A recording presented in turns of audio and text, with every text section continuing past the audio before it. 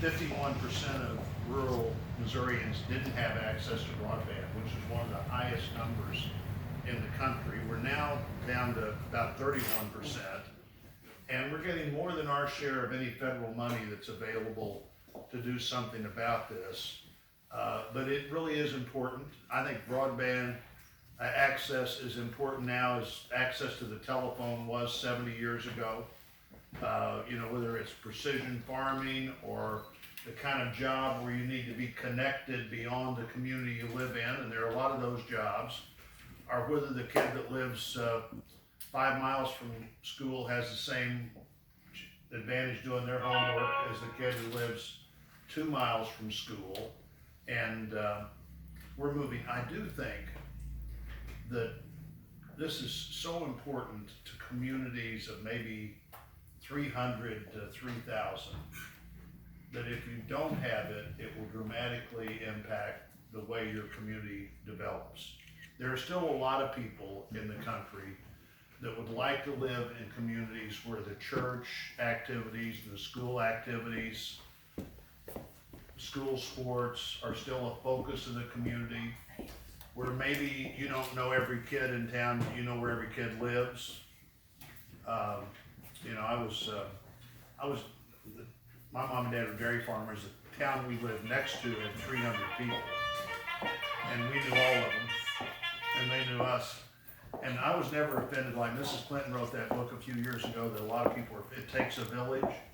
It just never occurred to me it didn't take a village. I never did a single thing that my mother didn't know before I got home that I had done it. And I think a lot of people would still like that. But if you're not connected in a way that lets you take advantage of whatever skills you have that you could theoretically do from wherever you wanted to live, you're not gonna be able to move back or to move to where you wanna be. So I think it's really important. Otherwise, a lot of our little towns are gonna wind up with either people who have always lived there and are retiring, or people who are looking for a cheap place to live.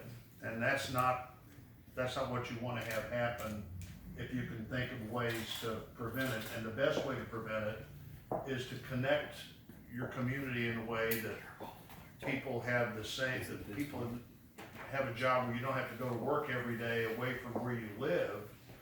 They have the same advantage living in outstate Missouri as they would if they lived 2 blocks from the company they were doing the payroll for, or 2 blocks from the company they were watching the commodity trading futures for, or 2 blocks from, so I think it really is important, and it's important to kids, but it's, another thing I've been talking about quite a bit is doing a better job of connecting young people as early as you can to what the real job opportunities are out there. I think we've overemphasized college as a track to the only track to a good job.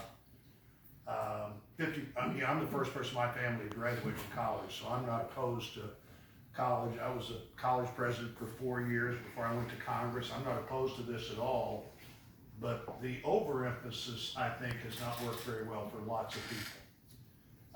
50% of the people that graduate from college have a job that has nothing to do with their college degree. Awful lot of people go to college 1 semester or 1 year and then spend about the next 5 or 8 years trying to figure out what they want to do. And if you lose that decade, it's hard to ever catch up.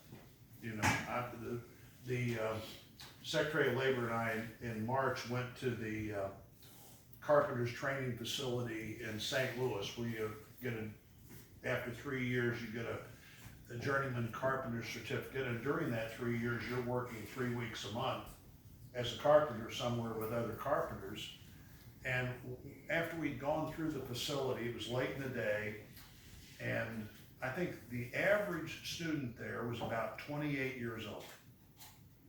And they all had about the same story, which was, I went to college for a semester, or I went to college for a year, and then I did landscaping, and I was a bartender, and I was an Uber driver, and finally, it either occurs to them or somebody tells them, this is not working.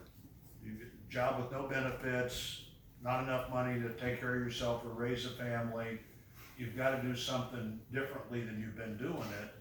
And more early sense of, like what an airplane mechanic makes, or what the difference is in being a nurse practitioner with the time and investment that takes, or a doctor. And maybe for a lot of people that have the time and money to become a nurse practitioner, if you knew what that really meant and the income you could really have doing that, suddenly you realize, well, you know, to do what I wanna do and live where I wanna live, I really don't have to do the 3 extra years of medical school or whatever.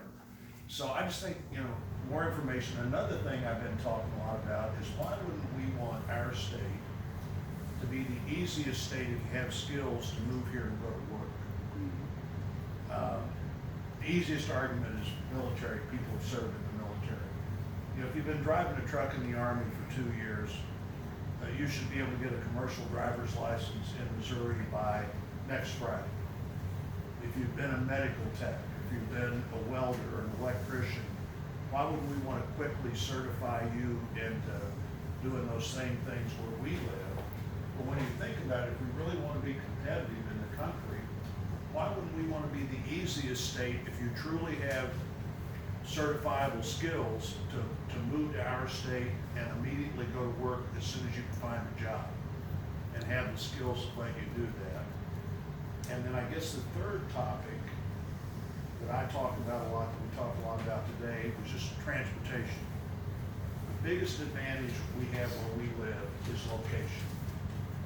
You know, we're close to the interstate highway hubs, we're close to the 2 biggest railroad yards in America, we're close to where all of the rivers come together. I told Lou and his group, the legislators, more than one time, if you look at a highway map of America, or a railroad map of America, or a river map of America, and on any of those 3 maps, look at where that map logically comes together, and you're kind of pointing where we live.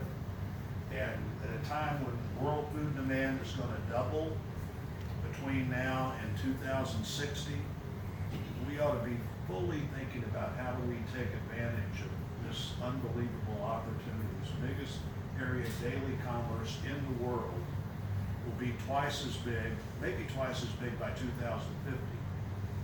World food demand actually doubles by 2050. World food need doubles by 2060. And you know, what to do about that. One other thing I haven't talked about today that I thought you might be interested in, I went to the border the week of this Mexico-US border, the week of Labor Day, and what the president has done there with the Mexican government is truly unbelievable. I talked to him the night he got it done, partly because I didn't like the idea that forcing more tariffs on Mexico to get them to do something after we agreed to USMCA was a good deal. But he said, I told you I'd get this done. He said, you would have been for me, wouldn't you? I said, Mr. President, you were totally successful. You should just assume I was behind you all the way. But what they've done down there is got the Mexican government, what the president's done with the new Mexican president is get the Mexican government to help us at the Mexico-Guatemala border.